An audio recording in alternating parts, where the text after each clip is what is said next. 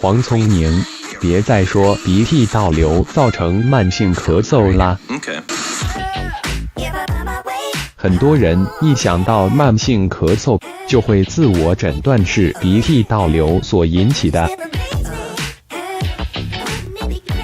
今天我一定要再一次破除这个迷思。第一，鼻涕倒流已经不是疾病名称；第二，鼻涕倒流跟慢性咳嗽并没有直接关系。想当然耳的诊断，没错，鼻涕倒流曾经是个诊断。1792年，一位名叫 Johann Peter Frank 的医生在文献上提到，有些病人感冒过后咳嗽会持续超级久，他认为很可能是鼻涕倒流所造成的。这种想当然耳的论述，不论是对医生或是病人，说服力都相当的高，导致过去这200年来，医生们只要用压舌板顶住舌头，手电筒往喉咙一照，看到2条浓浓的鼻涕，就跟病人说：“你的咳嗽还没好，是因为鼻涕还在倒流。”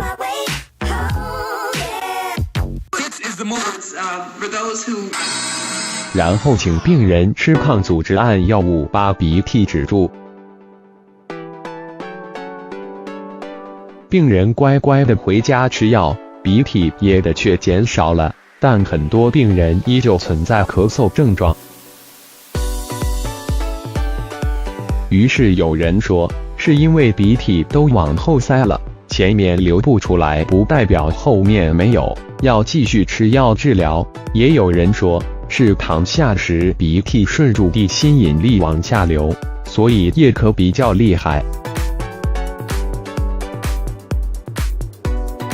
各种解释众说纷纭，到后来民众还顺便揶揄一下医生怕治咳，反正都治不好，钱粹自己找偏方。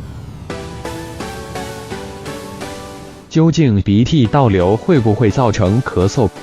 答案是只有少数人会，大部分的人都不会。2004年，2位英国医生 O'Hara 和 Jones 统计所有鼻涕倒流的病人中，只有1/5的人有咳嗽症状。另外，所有慢性咳嗽病人中，排除明显的肺炎、气喘等等疾病之后，也只有8%的人有鼻涕倒流的现象，证明鼻涕倒流与咳嗽的关联性其实非常的薄弱。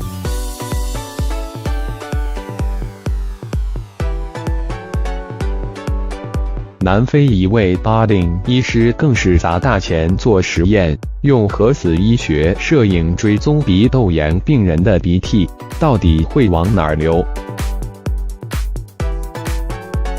经过1天1夜的观察，发现病人的鼻窦里、鼻腔里、食道里、胃液里都有鼻涕，偏偏大家最好奇的气管与肺部组织中，是一滴鼻涕也没有。Barding 医师的研究是包含夜间睡眠时间，也间接推翻了200年前的医生说躺下时鼻涕会倒流、呛到气管云，完全是凭空想象的假说。夜间为什么比较容易咳嗽？可以参考桌文为什么半夜容易咳嗽，但显然跟鼻涕往后倒流是没啥关联的。改名为上呼吸道咳嗽症候群。毕业证明乎，美国胸腔医师学会 ACCP 于2006年正式废除鼻涕倒流这个词，改称这一类难缠的慢性咳嗽叫做上呼吸道咳嗽症候群。虽然名称改是改了，但该怎么解释这些感冒后的慢性咳嗽呢？这是个大哉问。慢性咳嗽背后病因百种，但主要的思维有2个大方向。一、呼吸道正在发炎。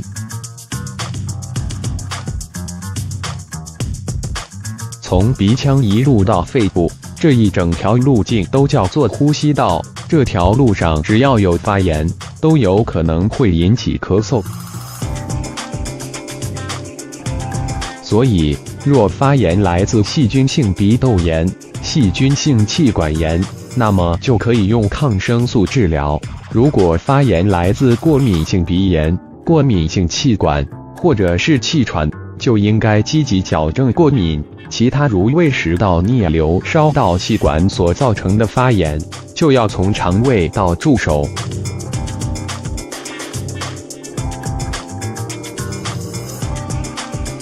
二、咳嗽反射神经过度敏锐。慢性咳嗽的患者常常抱怨喉咙时常痒痒的，风吹草动就会咳个不停。这就是咳嗽自主神经过于敏锐的现象。刚才提到的气喘、过敏咳、慢性细菌感染等等，也都会让咳嗽自主神经变得焦躁不安。空气污染、霾害、烟害等等，当然也都会诱发咳嗽。如果加上其他不健康的生活形态，包括熬夜、吃零食、情绪起伏等等，更会使自主神经乱放电，咳嗽永远好不了。依据不同年龄拟定治疗顺序。这么多咳嗽的原因，当然不可能用一种药物就搞定。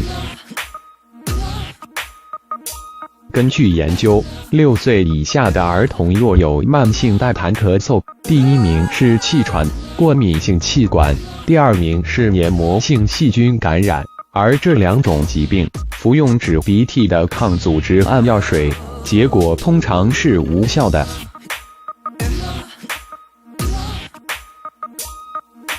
除了对症治疗之外，提升屋内空气品质，调整生活作息，不吃垃圾食物等等，也是家长第一不能执行的对策。